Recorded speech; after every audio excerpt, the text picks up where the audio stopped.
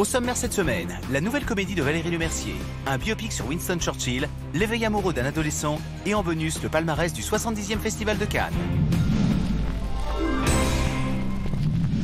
Marie-Francine est la 5e comédie réalisée par Valérie Lemercier. Elle y incarne aussi le rôle principal, une quinquagénaire qui se retrouve sans boulot et sans mari et doit retourner vivre chez ses parents. Pour la relancer, papa et maman décident de lui ouvrir une boutique de cigarettes électroniques. Marie-Francine y rencontre Miguel, joué par Patrick Timsit, lui aussi dans une mauvaise passe sentimentale.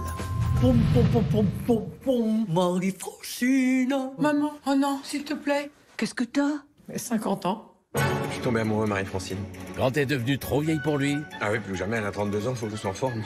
Trop périmé pour eux. Je pense quand même qu'ils vont essayer de nous recaser quelque part. Mais que pour eux, tu as toujours 15 ans. C'est à cette heure-ci que tu rentres? Voire 10. Tiens, ma chérie, va servir des petits biscuits apéritifs au salon. Il est grand temps d'être apprécié pour ce que tu es vraiment. Je suis vieille. C'est génial. Et d'où tu sors, toi? Les cheveux en pétard avec ton petit air de cachotière? Ça fait 30 ans que je suis majeure. Vieux cul. Marie-Francine, le nouveau film de Valérie Lemercier.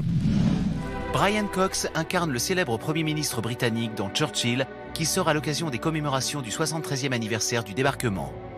Ce film se focalise exclusivement sur la façon dont Churchill a vécu le D-Day, auquel il était fermement opposé, ce que l'histoire oublie souvent de rappeler. Les plages font ressurgir ses souvenirs. Je dois empêcher que cela se reproduise. Général Eisenhower. Winston.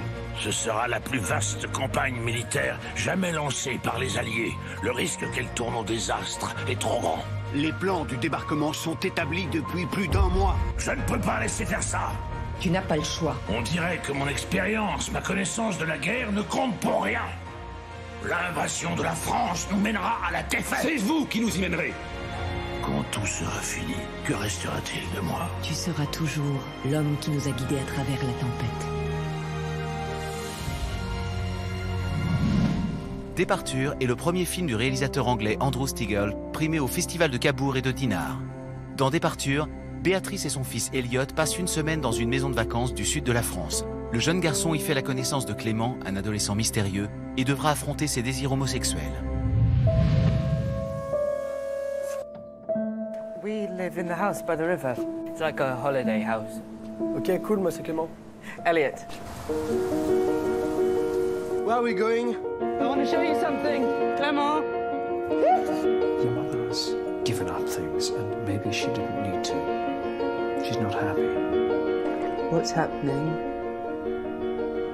It was a project to keep the marriage together. Some people have sex. We bought houses.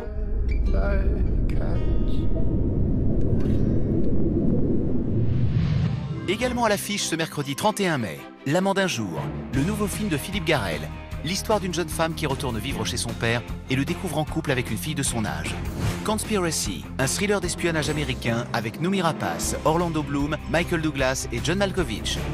The Jane Doe Identity, la nuit d'horreur de 2 médecins légistes attaqués par une force surnaturelle pendant l'autopsie du corps d'une mystérieuse inconnue.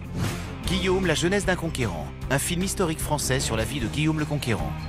Drôle d'oiseau, une comédie dramatique française sur une histoire d'amour entre une jeune femme pleine de doutes et un libraire installé dans le quartier latin de Paris depuis 40 ans.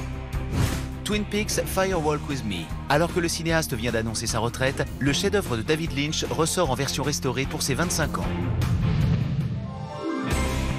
À vos critiques. La semaine dernière sortait sur les écrans Rodin le biopic sur le célèbre sculpteur incarné par Vincent Lindon. Qu'en avez-vous pensé?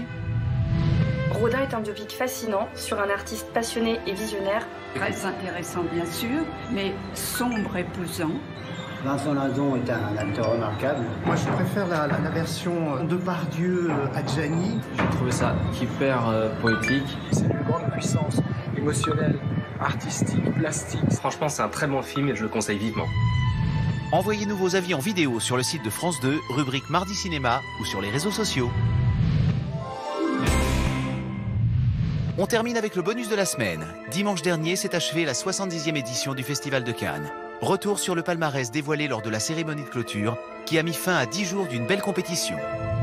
Et la Palme d'Or est attribuée à The Square. Dimanche dernier, le jury du 70e Festival de Cannes, présidé par Pedro Almodovar, a décerné la prestigieuse Palme d'Or à La farce du réalisateur suédois Ruben Östlund, dans laquelle un conservateur de musée qui prépare une exposition sur la tolérance voit ses convictions bousculées après le vol de son téléphone portable. Côté comédien, le prix d'interprétation féminine a été attribué à Diane Kruger pour sa performance époustouflante dans In the Fate de l'allemand Fatih Akin. Elle y incarne une mère dévastée après la mort de sa famille, tuée dans un attentat. Chez les messieurs, le jury aura été sensible à la prestation de l'américain Joaquin Phoenix dans You Were Never Really Here, où il joue le rôle d'un vétéran du Vietnam traumatisé qui vient en aide à une prostituée. Et le cinéma français dans tout ça? Lui aussi a eu son moment de gloire grâce à 120 battements par minute qui a raflé le Grand Prix sous les ovations du public.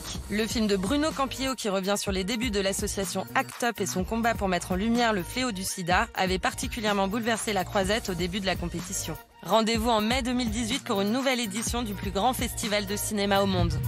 Mardi Cinéma l'hebdo, c'est fini. À la semaine prochaine pour de nouvelles sorties. En attendant, retrouvez-nous sur France2.fr, rubrique Mardi Cinéma et sur les réseaux sociaux.